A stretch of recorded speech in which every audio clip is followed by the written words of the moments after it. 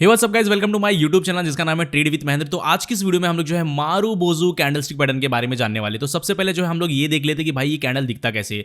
तो ये जो कैंडल है वो चाहे रेड कलर का हो चाहे वो ग्रीन कलर का हो, कलर मैटर नहीं करता, दोनों के दोनों मारुबोजू कैंडल है। अब इसको पहचानना कैसे आपको, तो इन दोनों कैंडल की जो है बॉडी थोड़ी बड़ी होनी चाहिए, लॉन्ग बॉडी वाली कैंडल होनी चाहिए और यहाँ पर जो है इनकी शैडो नहीं होनी चाहिए, चाहे अपर शैडो ले लो चाहे लोअर शैडो ले लो। अब कुछ लोग कहते हैं सर आप शैडो क्यों बोलते हो, तो शैडो जो है वीक बोल लो, टेल बोल लो, तीनों का मतलब एक ही होता है। ओके, अभी जो मारुबोजू वर्ड है ना, मारुबोजू वर्ड, इसका मतलब जो है जापानीज में होता है गंजा, जिसके सर पर बाल नहीं होते ना उनको कहा जाता है मारुबोजू।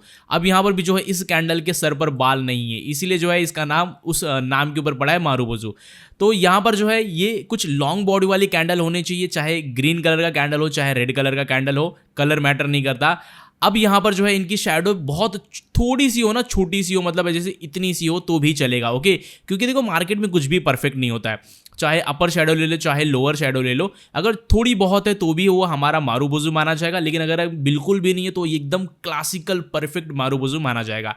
अब यहाँ पर ये जो ग्रीन कलर का कैंडल होता है ना वो जो है बायर्स की डोमिनेंस को रिप्रेजेंट करता है, इसीलिए जो है इसको बुलिश मारुबोजू कहा जाता है। और ये जो रेड कलर का मारुबोजू होता है ना, ये सेलर्स को रिप्रेजेंट करता है, इसीलिए जो है इसको बेरिश मारुबोजू कहा जाता है। ओके, अब ये दोनों कैंडल के बनने के पीछे की साइकोलॉजी क्या है उसको भी समझ लेते हैं। तो यहाँ पर अगर आप देखोगे तो ये जो ग्रीन कलर का कैंडल है, ओके, ग्रीन कलर का कैंडल है, ये कुछ ऐसा होना चाहिए। ओके, अब ग्रीन कलर का कैंडल है तो उसकी ओपनिंग कहाँ से होगी, हमेशा नीचे से होगी, नीचे से ओपनिंग होती है और ओपनिंग के बाद ही जो है इसके अंदर जो है बहुत बड़े नंबर्स के साथ जो है बायर्स की एंट्री हो जाती है। भाई बायर्स को ऐसा लगता है कि प्राइस यहाँ पर बहुत सस्ता मिल रहा है, बहुत अच्छा मिल रहा है और खरीदने का बहुत अच्छा मौका है, और इतनी ज़्यादा बाइंग करते हैं, इतनी ज़्यादा खरीदारी करते हैं कि जो स्टॉक का प्राइस है वो सीधा ऊपर जाता रहता है।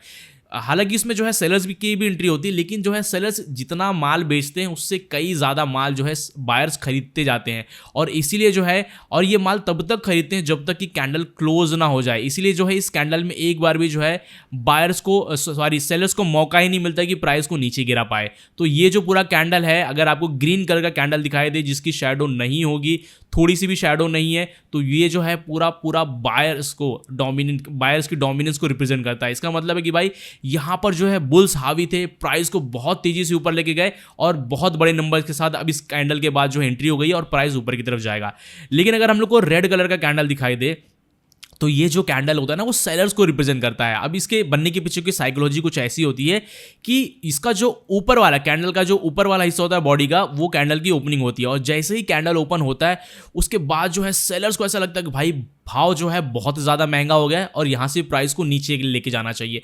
तो जो सेलर्स की एंट्री होती है, बहुत ज़्यादा सेलिंग प्रेशर देखने को मिलता है, इतना ज़्यादा सेल करते हैं, जितना ज़्यादा बायर्स बाय करते हैं उससे ज़्यादा जो है सेलर्स सेल करने लगते हैं, और प्राइस जो एकदम तेजी से नीचे गिरता है, और ये प्राइस तब तक नीचे गिरता रहता है जब तक जो है कैंडल क्लोज ना हो जाए। तो ये जो रेड कलर वाला कैंडल है ना, वो सेलर्स की डोमिनेंस को रिप्रेजेंट करता है कि भाई अब जो है मार्केट में सेलर्स की एंट्री हो गई है और प्राइस को जो है वो नीचे की तरफ लेके जाएंगे। अब यहाँ पर जो है दोनों कैंडल को जो है दोनों कैंडल का जो इंटरप्रिटेशन है उसको समझ लेते हैं। तो यहाँ पर अगर आप देख लो, मान लो कि पहले डाउन ट्रेंड रहा हो, स्टॉक जो है बहुत तेजी से नीचे गिर रहा हो, और डाउन ट्रेंड में नीचे आपको जो है बुलिश मारुबोजू कैंडल दिखाई दे, एकदम मस्त बड़ी बॉडी वाला जो है ग्रीन कलर का कैंडल दिखाई दे, जिसकी जो है अपर शैडो लोअर शैडो बिल्कुल ना के बराबर हो। तो ये जो कैंडल है ये बताता है कि भाई पहले तो डाउन ट्रेंड रहा है, लेकिन अब जो है बायर्स की एंट्री हो गई। पहले सेलर्स थे, अब बायर्स की एंट्री हो गई, और बायर जो है यहां से प्राइस को ऊपर की तरफ लेके जाएंगे। तो ये जो बुलिश मारुबोजू है ना, ये बायर्स की डोमिनेंस को रिप्रेजेंट करता है, और अगर आपको डाउन ट्रेंड में दिखाई दे तो ये समझ लेना कि अब भाई रिवर्सल होने वाला है और यहां पर बाय करने की तैयारी कर लो। अब ये जो दूसरा सिनारियो है कि मान लो पहले अप ट्रेंड रहा हो, भाई स्टॉक का प्राइस बहुत तेजी से ऊपर जा रहा है, एकदम मस्त बाइंग प्रेशर देखने को मिल रहा है, लेकिन ऊपर जाने के बाद जो हमको बेरिश मारुबोजू देखने को मिलता है, भाई एक मस्त बड़ी बॉडी वाला रेड कलर का कैंडल जिसकी शैडो ना के बराबर हो, और एकदम मस्त क्लासिकल हमारा मारुबोजू है ये बेरिश। तो ये बताता है कि भाई साहब पहले तो बायर्स थे इन्वॉल्व, लेकिन अब इस प्राइस तक पहुंचने के बाद जो है कहीं ना कहीं सबको ऐसा लग रहा है कि अब जो है ये बहुत महंगा हो गया है, बहुत ऊपर पहुंच गया स्टॉक का प्राइस, और जो बायर्स थे वो भी सेल करने लगे हैं और जो सेलर्स थे वो और भी ज़्यादा सेल करने लगे हैं। तो इसीलिए जो है एकदम मस्त ज़बरदस्त सेलिंग प्रेशर देखने को मिला। कैंडल को यहाँ से ओपन किया, डायरेक्ट यहाँ पर क्लोज किया, एक बार भी जो है बाइंग का मौका दिया ही नहीं। तो यहाँ से पॉसिबिलिटी ऐसी होती है 60 से 70% कि भाई जो स्टॉक का प्राइस है वो नीचे की तरफ जाने वाला है। ओके, और ये कैंडल अगर आपको दिखाई दे तो ये जो है सेलर्स की डोमिनेंस को रिप्रेजेंट करता है।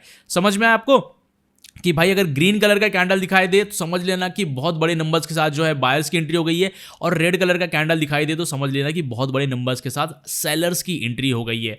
अब यहाँ पर इन दोनों चीज़ को हम लोग जो है चार्ट पे समझ लेते हैं। अब यहाँ पर अगर आप देखोगे तो स्टॉक का प्राइस जो है नीचे गिर रहा है, नीचे गिरा, वापस ऊपर गया, फिर थोड़ा सा नीचे आया, फिर वापस ऊपर गया। ओके, एक डबल बॉटम फॉर्म जो है यहाँ पर बना था। चार्ट पैटर्न के बारे में बात नहीं करेंगे, लेकिन अगर आप देखोगे तो यहाँ पर एक कैंडल बनता हमारा ग्रीन कलर का, बड़ी बॉडी वाला। इसकी बॉडी देख लो, आसपास की जितनी भी कैंडल है अगर आप देखोगे तो उनसे काफ़ी बड़ी है। ओके, तो ये हमारा एक बुलिश मारुबोजू कैंडल। देखोगे तो इसकी शैडो और अपर शैडो बिल्कुल ना के बराबर है, तो मस्त ये हमारा जो है एक बुलिश मारुबोजू कैंडल दिखा दिया है।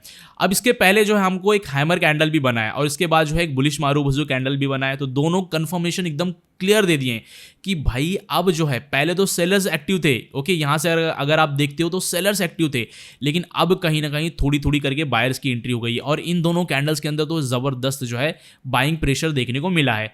लेकिन मैं क्या करूंगा, मैं भाई सोचूंगा कि भाई पहले जो मेरा यहाँ आसपास कोई रेजिस्टेंस तो नहीं है, क्योंकि अगर रेजिस्टेंस रहा तो भाई क्या पता कैंडल जो है दिख रहा है बहुत तेजी से ऊपर जा रहा है, लेकिन रेजिस्टेंस फेस करके वापस से नीचे की तरफ चला जाए। तो यहाँ पर मैं क्या करूँगा, मैं जो है एक पिछला रेजिस्टेंस देखने का ट्राई करूँगा। तो यहाँ पर अगर मैं देखूंगा तो यहाँ पर मुझको एक जो है रेजिस्टेंस देखने को मिला था। क्यों? स्टॉक का प्राइस नीचे गिरा, वापस से ऊपर गया, और यहाँ पर जो है 1 2 3 कैंडल के बाद वापस से नीचे गिर गया। तो यहाँ पर कहीं ना कहीं एक रेजिस्टेंस है। तो मैंने जब लाइन ड्रॉ की तो यहाँ पर देखा, हाँ यार सच में यहाँ पर एक रेजिस्टेंस है, और पीछे जाकर देखा तो यहां पर भी देखा कि एक रेजिस्टेंस जो है इसी प्राइस पर फेस किया था। अगर आप देखोगे तो कैंडल नीचे गिरा, एक कैंडल 2 3 4 5 6 कैंडल ने जो है इसी प्राइस पर सपोर्ट लिया था, और जब ब्रेकआउट के बाद यही जो प्राइस है वो रेजिस्टेंस का काम कर रहा था। तो मैं वेट करूंगा कि भाई ये जो मेरा बुलिश मारुबोजू कैंडल है इसके ऊपर जाकर ब्रेकआउट दे, और उसके बाद जो दूसरा कैंडल बने वो फुल्ली जो सस्टेन करे। उसकी जो बॉडी है, शैडो अगर नीचे आई तो भी चलेगा, लेकिन जो उसकी पूरी बॉडी है ना वो इस लाइन के, ये वाला जो लाइन है ना इसके ऊपर होनी चाहिए। तो यहाँ पर ये वाला कैंडल अगर आप देखोगे तो इसकी जो बॉडी है ना मस्त ऊपर सस्टेन कर गई। ओके, तो यहाँ से जो है मैं कहीं ना कहीं सेकेंड वाले कैंडल से मैं जो है अपनी एंट्री लूंगा। ओके, अब यहाँ से अगर मान लो मैंने एंट्री ले ली, अब सबसे बड़ा ट्रेडिंग का रूल है अपना risk to reward ratio maintain करके चलो भाई। ओके, तो यहाँ पर मैं क्या करूँगा, एंट्री ले रहा हूँ तो मैं ब्रेक भी जरूर लगाऊंगा, क्योंकि गाड़ी में अगर आप बैठ रहे हो तो ब्रेक लगाना बहुत ज़्यादा ज़रूरी है। तो यहाँ पर जो है मैंने ब्रेक लगाया, स्टॉप लॉस हमारा, स्टॉप लॉस कहाँ पर लगाया, पहला तो जो है 2 रेजिस्टेंस के नीचे लगाया। पहला जो है ये जो हमारा सपोर्ट है उसके नीचे कहीं ना कहीं मैं स्टॉप लॉस लगा सकता हूँ। दूसरा जो है उसके नीचे भी अगर देखूँ तो ये जो हमारा लो होगा, सबसे लंबा कैंडल का जो लो होगा उसके नीचे कहीं ना कहीं मेरा स्टॉप लॉस लगा सकता हूँ। तो मैंने मेरा स्टॉप लॉस यहाँ पर लगा दिया। अब यहाँ पर लगाने का फायदा क्या हुआ कि सबसे पहले जो स्टॉक अगर नीचे गिरेगा तो यहाँ पर इस प्राइस पर कहीं ना कहीं ये जो सपोर्ट एरिया है स्टॉक को रोकेगा, प्राइस को रोकेगा। अगर मान लो इसको ब्रेक भी कर जाता है तो यहाँ तक पहुँचने में थोड़ा बहुत प्रॉब्लम होगा। अगर इन दोनों को ब्रेक कर जाएगा तो समझ लेना कि स्टॉक जो है वापस से नीचे की तरफ जाने वाला है। तो मैंने जो है मेरा जो है स्टॉप लॉस लगा दिया, एंट्री भी ले ली।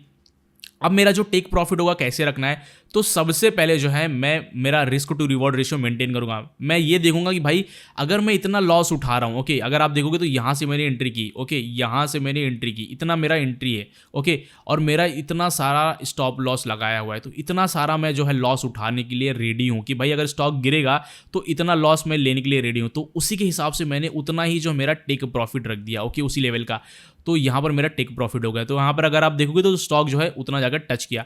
लेकिन इस केस में आप कैसा कर सकते हो कि भाई मान लो कि आपने इतना अपना जो है टेक प्रॉफिट इतना रख दिया, तो जैसे जो स्टॉक जो है बाउंड थोड़ा सा जो कंसोलिडेट करके वापस ऊपर जाएगा, यहाँ तक पहुँच गया स्टॉक, तो आप अपना जो है स्टॉप लॉस यहाँ पर रख सकते हो और अपना टेक प्रॉफिट है और थोड़ा सा ऊपर लेके जा सकते हो। तो इस तरीके से अपना जो टेक प्रॉफिट है और जो अपना स्टॉप लॉस है उसको आप ट्रेल करते करते लेकर बहुत अच्छा प्रॉफिट बना सकते हो। तो ये हो गया हमारा बुलिश मारुबोजू। अगर आपको दिखाई दे तो कैसे आपको ट्रेड करना है।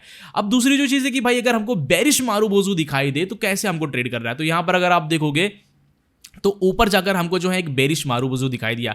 मैंने आपको क्या बोला था कि अगर आप स्टॉक अप ट्रेंड में हो और अप ट्रेंड में जाकर यहाँ पर अगर आप देखो तो अप ट्रेंड है, ओके, अप ट्रेंड में जाकर हमको जो है अगर बेरिश मारुबोजू कैंडल दिखाई दे तो समझ जाना कि भाई कहीं ना कहीं अब जो है सेलर्स को ऐसा लग रहा है कि भाई बहुत ज़्यादा भाव ऊपर चला गया, अब यहाँ से जो है बेचना चाहिए, तो यहाँ से जो है सेलर्स की एंट्री होती है।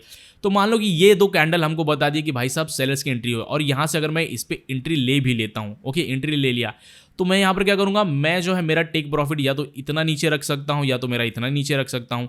तो इस केस में क्या करूँगा, मैं दो जो है एक सपोर्ट एरिया ड्रॉ कर दूंगा। यहाँ पर अगर आप देखोगे तो ये भी हमारा एक सपोर्ट एरिया है, ये वाला ये हमारा सपोर्ट एरिया है, और ये भी हमारा एक जो है सपोर्ट एरिया है। ओके, अब आप देखोगे तो जो है यहाँ से स्टॉक का प्राइस नीचे गिरने लगा, नीचे गिरते गिरते हमारा जो पहला सपोर्ट एरिया पे जैसे टच किया और यहाँ पर इसने हैमर कैंडल बनाया, तो यहाँ से मैं मेरा ट्रेड जो है एग्जिट कर लूँगा। अब यहाँ पर मैं प्रॉफिट में क्यों रहूँगा, क्योंकि अगर मैं यहाँ से एंट्री लेता हूँ, ओके एंट्री मान लो यहाँ से लेता हूँ और मेरा स्टॉप लॉस यहाँ पर रख दिया, तो भी अगर आप देखोगे तो मैं अगर इतना सा जो है मैं लॉस उठा रहा हूँ, सॉरी ये गलत हो गया थोड़ा, अगर मान लो कि मैं इतना सा लॉस उठा रहा हूँ तो मैं कहीं ना कहीं इतना प्रॉफिट तो बना रहा हूँ। ओके, हालांकि इतना सा देखो, इतना सा लॉस उठा रहा हूँ तो मेरा इतना प्रॉफिट हो रहा है, तो यहाँ पर तो भी मैं प्रॉफिट में रहूँगा। जैसे मुझे दिखा कि ये हैमर बन रहा है और हैमर जो है कहीं ना कहीं सपोर्ट पर सपोर्ट ले रहा है, सपोर्ट एरिया पर, तो यहाँ से जो मैं अपना जो ट्रेड है वो एग्जिट कर दूंगा। तो ये हो गया हमारा बेरिश मारुबोजू कैंडल। कैसे ट्रेड करना है, बेसिकली जो भी कैंडल स्टिक है वो आपको एक जो है एक पॉसिबिलिटी बताएंगे कि भाई प्राइस किस डायरेक्शन में जा सकता है, लेकिन आपको कंफर्मेशन अपना जो है वो सपोर्ट एंड रेजिस्टेंस एरिया को ड्रॉ करके ही लेना है। ओके, क्योंकि प्राइस एक्शन जो है मार्केट में सबसे ज़्यादा है, मतलब सबसे ज़्यादा जो लोग हैं जो प्रोफेशनल ट्रेडर होते हैं प्राइस एक्शन को ही ट्रेड करते हैं। ओके, तो ये हो गया बेरिश मारुबोजू और बुलिश मारुबोजू के ऊपर एक वीडियो, और ऐसी बहुत सारी वीडियो जो है मैं चैनल पर लाने वाला हूँ। तो अगर आपको वीडियो अच्छी लगती है तो यार प्लीज़ वीडियो को लाइक करो, चैनल को सब्सक्राइब करो। मिलते हैं नेक्स्ट वीडियो में।